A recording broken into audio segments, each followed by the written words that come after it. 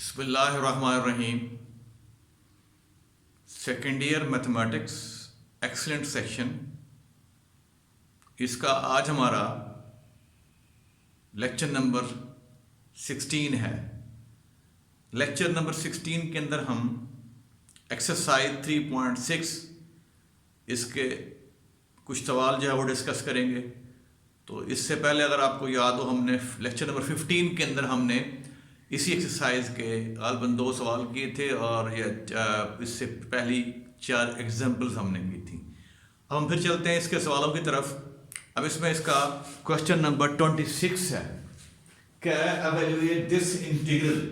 Integral जो है 0 से π/4 secant of theta divide by sine theta plus cos theta d theta. ठीक है, तो ये हमने डिफरेंट इंटीग्रल जो है एवेल्यूएट करना है। तो सबसे पहले हम इस इंटीग्रैंड की जो है शेप बनाते हैं, इसको किसी कॉम्पैक्ट फॉर्म में लेके आते हैं। ठीक है, ताकि हम इसको इजीली इंटीग्रेट कर सके। अब इसके लिए मैं यूं करता हूं कि मैं इस इंटीग्रैंड के न्यूमरेटर को भी और डिनोमिनेटर को भी डिवाइड कर देता हूं cos थीटा के साथ। यानी यहां भी इसको डिवाइड करूंगा cos थीटा के साथ, और जो डिनोमिनेटर है इसको भी cos थीटा मैंने डिवाइड कर दिया। ठीक है, लिमिट एलजेब्रा रहेगी, हमने यहाँ डिवाइड कर दिया। अब यहाँ पे देखें तो सीकेंट थीटा और 1/cos, तो 1/cos ये फिर आपको सीकेंट देगा। एक सीकेंट ऑलरेडी है तो ये बन जाएगा ऊपर secant square theta, secant square theta. अब आ जाए यहाँ पे डिनोमिनेटर पे, तो साइन ओवर कॉस ये tan हो गया और cos ओवर cos 1 हो गया। ठीक हो गया। अब आपके पास इंटीग्रैंड की शेप ये बन गई है। इसमें secant square theta divide by tan theta plus 1, और इसको इंटीग्रेट करना है हमने थीटा के लिहाज से विद इन द लिमिट 0 से π/4। अब अगर आप देखें तो ये हमारे पास शेप, ये देखें जो न्यूमरेटर है ये आपका डेरिवेटिव बन गया किसका, tan थीटा प्लस 1 का, और जो डिनोमिनेटर है ये फंक्शन आ गया, यानी फंक्शन ये उसका डेरिवेटिव। ठीक है, ये फंक्शन आपका और ये उसका डेरिवेटिव। तो ऑलरेडी हम इसका फॉर्मूला जो है वो जानते हैं, तो ये बराबर है ln of this function, ln of tan theta plus 1, और साथ इसकी लिमिट आएगी 0 से π/4। तो यहाँ पे हमने फॉर्मूला अप्लाई किया है। फॉर्मूला क्या है कि अगर आपके पास न्यूमरेटर के अंदर फंक्शन का डेरिवेटिव हो और डिनोमिनेटर में फंक्शन इटसेल्फ हो, तो ये बराबर है ln ऑफ दैट फंक्शन। ठीक है, नेचुरल लॉग ऑफ f(x), जो अब इस केस में आपका f(x) जो है वो एक्चुअली tan थीटा प्लस 1 है। ठीक है, तो साथ लिमिट आएगी 0 से π/4, तो ये बन जाएगा ln of mod tan π/4 plus 1, इसका mod minus ln of tan। अब यहाँ पे upper limit lower limit put की हमने, तो tan ऑफ 0, ठीक है जी, और प्लस 1 का mod ले लेंगे। ठीक है, अब tan π/4 ये 1 होता है, याद रहे tan π/4 1 होता है। ठीक है, तो यहाँ पे आ जाएगा आपके पास ln of 1 plus 1, ln of 2 बच जाएगा हमारे पास। फिर यहाँ पे देखें ln ऑफ tan 0 इज 0, यहाँ जस्ट 1 बच जाएगा। तो ln ऑफ 1 जो है ये 0 होता है हमारे पास, याद रहे ln ऑफ 1 जो है 0, तो यहाँ बचेगा सिंपली ln ऑफ 2। तो हमारे पास इस इंटीग्रल की जो वैल्यू है वो आ जाएगी नेचुरल लॉग ऑफ 2। अब हम चलते हैं एक और क्वेश्चन नंबर 26 है, integral sin of x minus 1 divide by cos square of x। ठीक है, ये हमारा इंटीग्रैंड है ये, और इसको इंटीग्रेट करना है x के लिहाज से विद इन द लिमिट 0 से π/4। अब इसको लिखेंगे आप sin divide by cos square x d of x, इसको सेपरेट कर दिया हमने, minus 1/cos square x with in limit 0 से π/4, इसको हमने इंटीग्रेट करना है dx x के लिहाज से। ठीक हो गया। अब इसको लिखें sin ओवर cos और 1/cos, sin cos के रहना, इसे लिखेंगे आप sin ओवर cos और 1/cos। तो sin ओवर cos क्या बन जाएगा, tan x बन जाएगा, और 1/cos secant of x।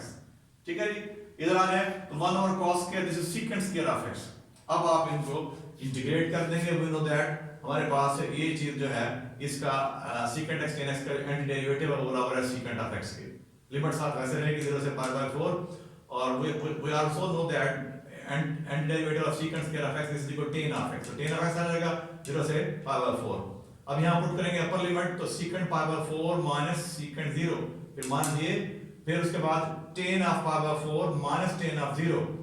We know that secant π/4 this is 2 2 का स्क्वायर रूट, और minus secant 0 this is 1, secant 0 1 minus 1/10 power 4 ये 1 होता है, 10/45 ये पावर 4 और नफी फिर 10 ऑफ 0 ये 0 हो गया आपके पास, ठीक है। तो अल्टीमेटली आपके पास ये बच गया 2 अंडर रूट -1 तो ये हो गया 2 अंडर रूट -2, ठीक है। तो हमारे पास क्वेश्चन नंबर इसका 26 था। अब चलते हैं इसका एक और क्वेश्चन है उसको देखते हैं।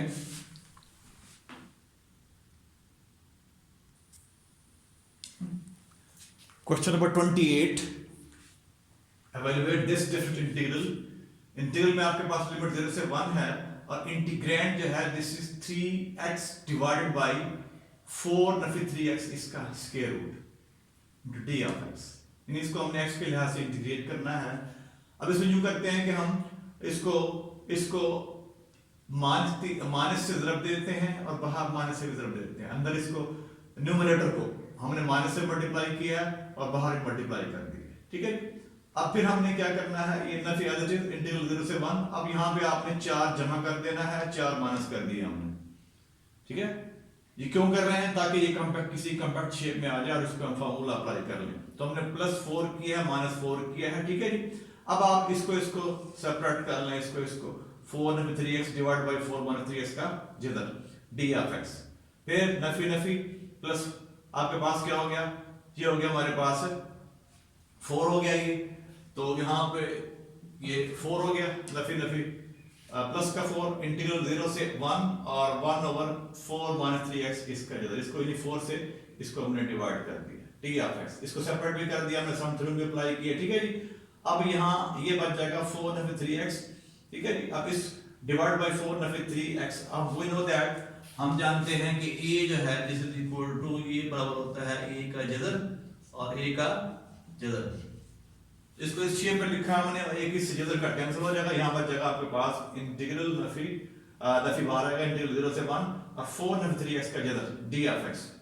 अब यहाँ पे ये करना है आपने कि इसको -3 से मल्टीप्लाई कर दें और बाहर -3 से इसको डिवाइड कर दिए, ठीक है। अब इसको फिर मजीद सिंप्लीफाई करते हैं हम।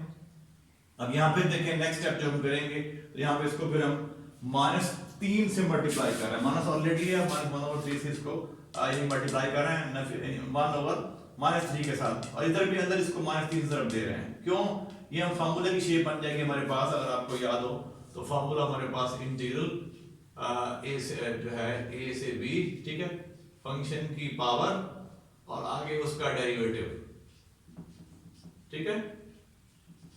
तो ये बराबर होता है हमारे पास ये बराबर हमारे पास फंक्शन की पावर में का इजाफा करते हैं हम और इस चीज से डिवाइड करते हैं। तो ये फार्मूला इस पे अप्लाई करेंगे हम, इसके लिए शेप बना रहे हैं इसकी। तो ये नफी 1 और 3 से हमने डिवाइड किया था, यहाँ मल्टीप्लाई किया है। अब ये फंक्शन की पावर और आगे इसका डेरिवेटिव बन गया। इसका डेरिवेटिव क्या, -3 यहाँ पे आ गया। अब यहाँ पे आ जाए, यहाँ पे आपके पास था -4/3, यानी आपने इसको 3 से मल्टीप्लाई किया था -3 के साथ, इधर भी, ठीक है जी। तो ये -4/3, अब ये इंटीग्रल ये 4 नफी 3x की पावर -1/2 इसको ऊपर शिफ्ट कर दिया हमने। तो ये फंक्शन की पावर फिर ये बन जाएगा इसका डेरिवेटिव, ठीक है। तो ये फॉर्मूला इस पे अप्लाई करेंगे, इंटीग्रल f(x) की पावर n साथ इसका डेरिवेटिव है, इसको डिलीट करना चाह रहे हैं x के लिहाज से, तो ये बराबर है फंक्शन की पावर में 1 का इजाफा करते हैं और उस चीज से n+1 से जो हम नीचे डिवाइड करते हैं, ठीक हो गया। अब यहाँ दोनों इस पे रिजल्ट पे, इस पे भी इंटीग्रल पे, इस पे भी यही फार्मूला अप्लाई करेंगे हम। तो ये आपके पास हो गया फंक्शन की पावर में 1 का इजाफा किया आपने, नीचे उसी चीज से डिवाइड, -4/3। यहाँ फिर फंक्शन की पावर में आपने इजाफा किया किसका, 1 का, तो 1/2 + 1 तो 1/2, नीचे भी आपके पास 1/2 आ गया और लिमिट साथ वैसे रहेंगे 0 से 1, ठीक है। अब हम इसको सिंपलीफाई करते हैं, तो 1/3 एज इट इज, इसको जब ऊपर शिफ्ट करेंगे तो 2/3, 4 - 3x, इसकी पावर कितनी हो गई 3/2, ठीक हो गया। फिर आपके पास लिमिट आ जाएगी 0 से 1, फिर -4/3, इसको ऊपर ले जाए 2 और 1 into 4 - 3x raised to power 1/2 और लिमिट 0 से 1। अब लिमिट अप्लाई करते हैं, तो यहाँ 2/9, जहाँ पे x हम पुट करेंगे 1, तो 4 - 3, तो 1 बचेगा, तो 1 की पावर 3/2। फिर यहाँ पे जब पुट करेंगे लोअर लिमिट, तो जहाँ पे x हम पुट करेंगे 0, तो ये 0 हो गया, यहाँ बचेगा 4 की पावर 3/2। यहाँ पे आ जाए -8/3 इंटीग्रल ब्रैकेट, और यहाँ पे ये अपर लिमिट पुट करेंगे, तो अपर लिमिट क्या आपके पास 1 है, तो 4 - 3 1 की पावर 1/2, और यहाँ पे फिर लोअर लिमिट 0, तो ये आपके पास क्या हो गया 0, तो यहाँ बचेगा 4 की पावर 1/2। अब जब इसको आप सिंप्लीफाई करेंगे तो 1 की पावर 3/2 1, और ये बनेगा आपके पास 2 की पावर कितनी हो जाएगा, ये 3 हो जाएगा। ठीक है, तो ये आपके पास हो गया 2/9 × 1 - 8 हो जाएगा, और यहाँ पे -8/3, और यहाँ पे 1 8 4 - 3 1/2 1 हो गया, और यहाँ पे 4 का जदर जो है वो 2 हो गया। ठीक है, जब इसको सिंप्लीफाई करेंगे तो ये आ जाएगा हमारे पास 2/9 × 1 - 8 -8/3 -1।